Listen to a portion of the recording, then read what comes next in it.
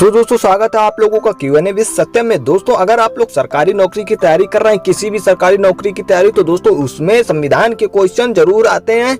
किसी भी परीक्षा में संविधान के क्वेश्चन ना आए ऐसा हो ही नहीं सकता है। दोस्तों संविधान के सारे पॉइंट दोस्तों मोस्ट 100 इंपॉर्टेंट पॉइंट दोस्तों आप लोगों के लेकर आया हूँ। दोस्तों ये दोस्तों पार्ट 1 है, तो जिसमें आपको 50 मोस्ट इंपॉर्टेंट पॉइंट मिलेंगे।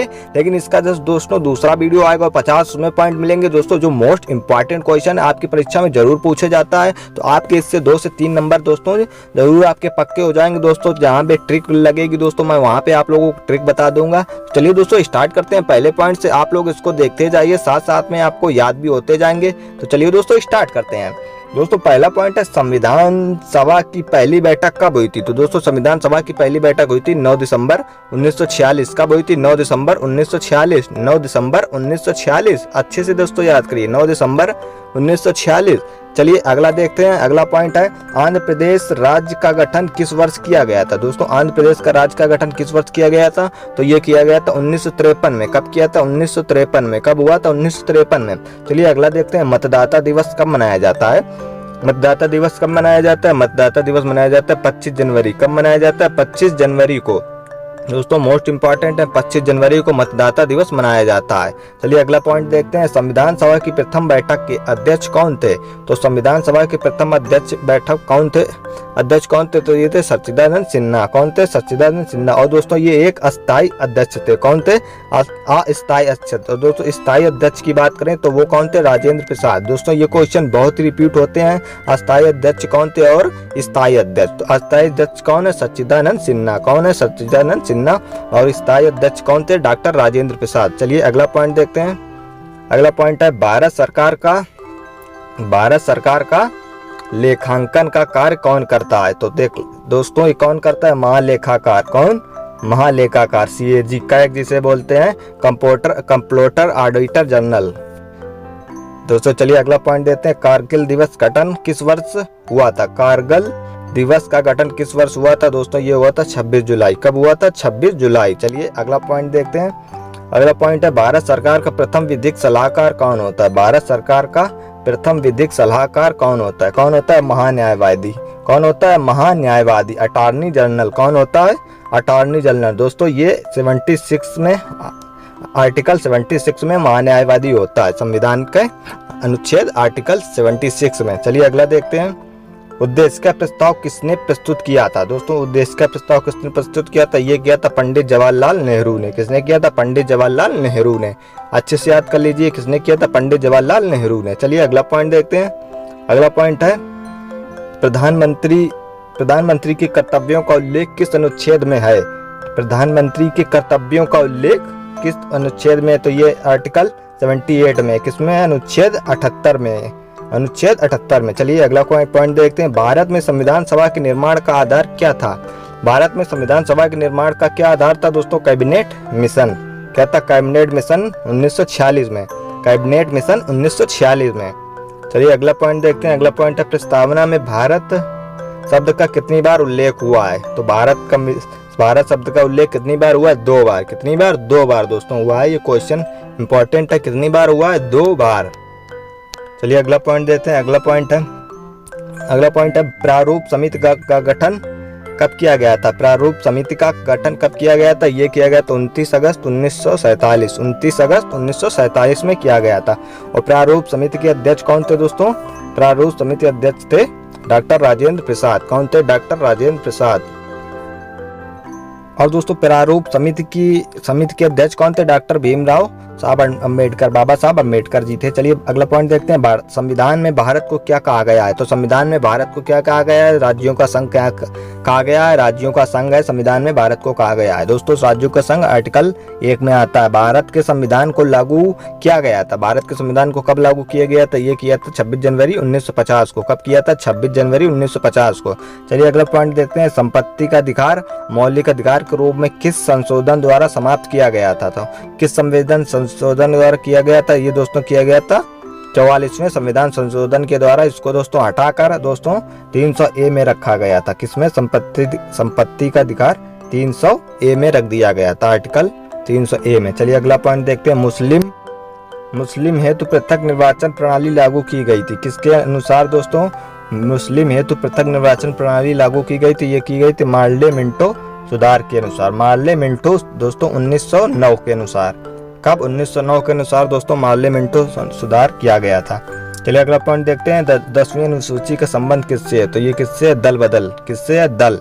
दोस्तों दा से याद रखिए 10, दा से दल, दा से 10, दा से दल, जिससे याद रहेगा दल बदल अनुसूची कितने में है? दल 10, दल 10। चलिए अगला पॉइंट देखते हैं। उद्देश्य प्रस्ताव कब प्रस्तुत किया गया था? तो उद्देश्य प्रस्ताव प्रस्तुत किया गया था 13 दिसंबर 1946 को। 13 दिसंबर 1946 को 13 दिसंबर 1946 को उद्देश्य प्रस्ताव पारित किया गया था। चलिए अगला पॉइंट देखते हैं। नगर पालिकाओं को संवैधानिक मान्यता किस संशोधन द्वारा प्रदान की गई थी? नगर पालिकाओं को संवैधानिक मान्यता किस संशोधन द्वारा प्राप्त की गई थी? तो ये की गई थी 74वें संविधान संशोधन के द्वारा। 74वां संविधान संशोधन। और दोस्तों 73वां संविधान संशोधन के द्वारा क्या दोस्तों 73 था? इसमें दोस्तों नगर पंचायत दोस्तों ग्राम पंचायत को दोस्तों मान्यता प्राप्त की गई थी। अगला क्वेश्चन है। झंडा समिति के अध्यक्ष कौन थे दोस्तों? जेबी कृपलानी थे। कौन थे? जेबी कृपलानी। झंडा समिति के अध्यक्ष जेबी कृपलानी। धार्मिक स्वतंत्रता का अधिकार किस अनुच्छेद के अंतर्गत आता है?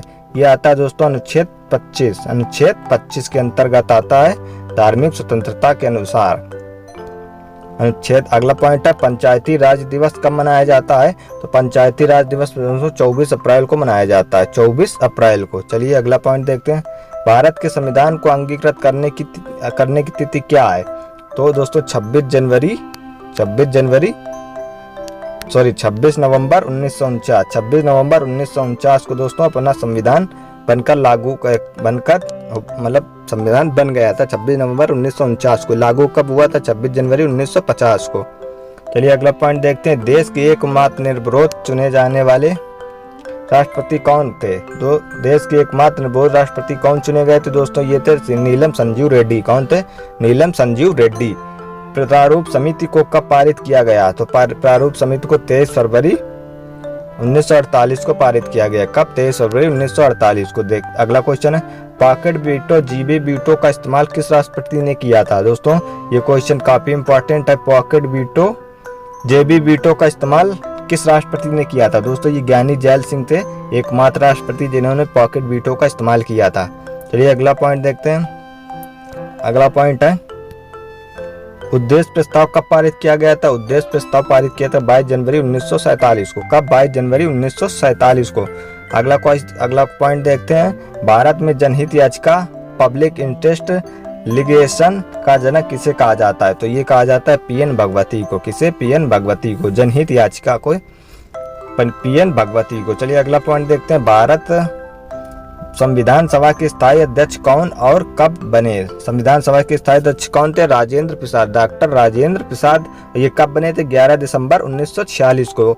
दोस्तों भारतीय संविधान सभा की पहली बैठक कब हुई थी दोस्तों? वो हुई थी 9 दिसंबर 1946। कब हुई थी? 9 दिसंबर 1946 की। चलिए अगला क्वेश्चन देखते हैं। तृतीय बैठक कब हुई थी दोस्तों? 13 दिसंबर 1946 को। संयुक्त उच्च न्यायालय की स्थापना किसके द्वारा की जाती है? तो संयुक्त उच्च न्यायालय की स्थापना किसके द्वारा की जाती है? ये संसद द्वारा की जाती है। किसके द्वारा? संसद द्वारा।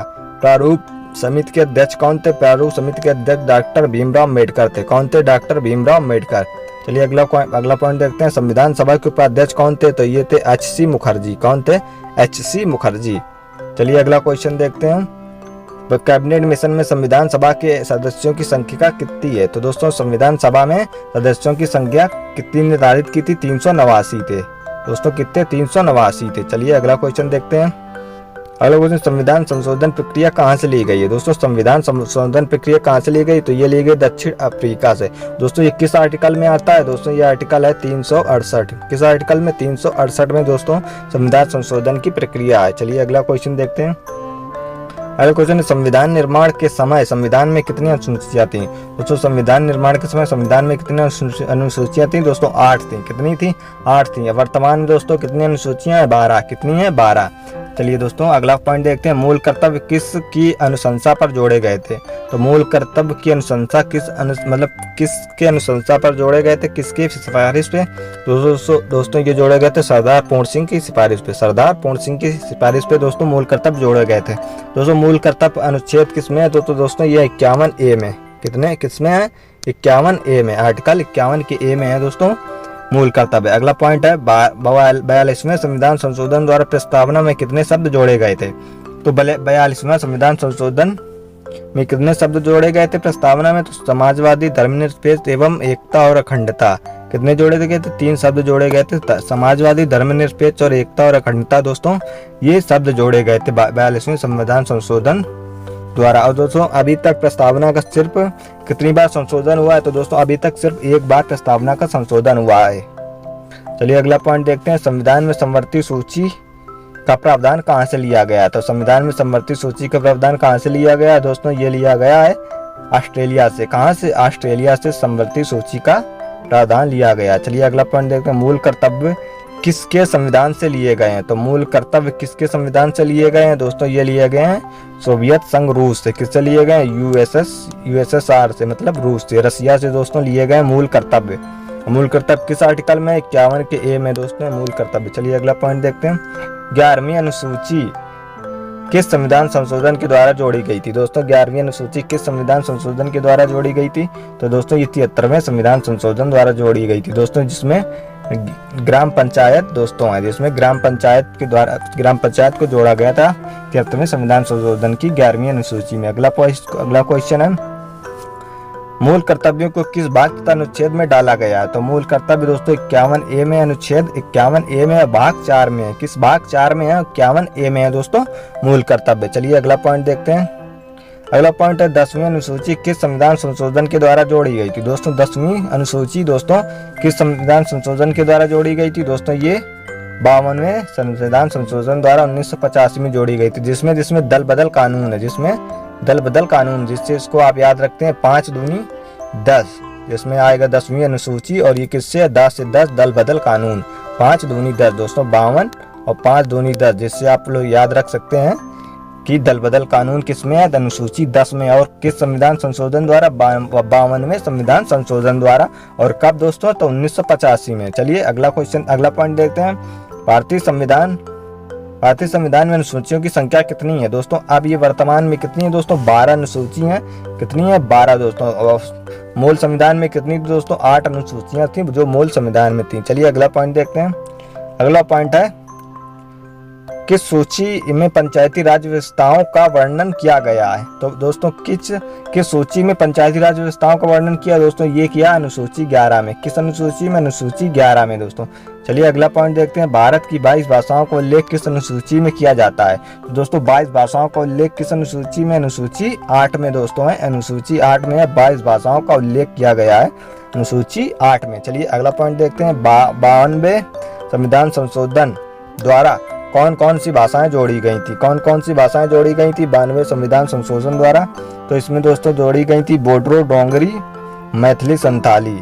कौन सी, बोडो, डोंगरी, मैथिली, संथाली।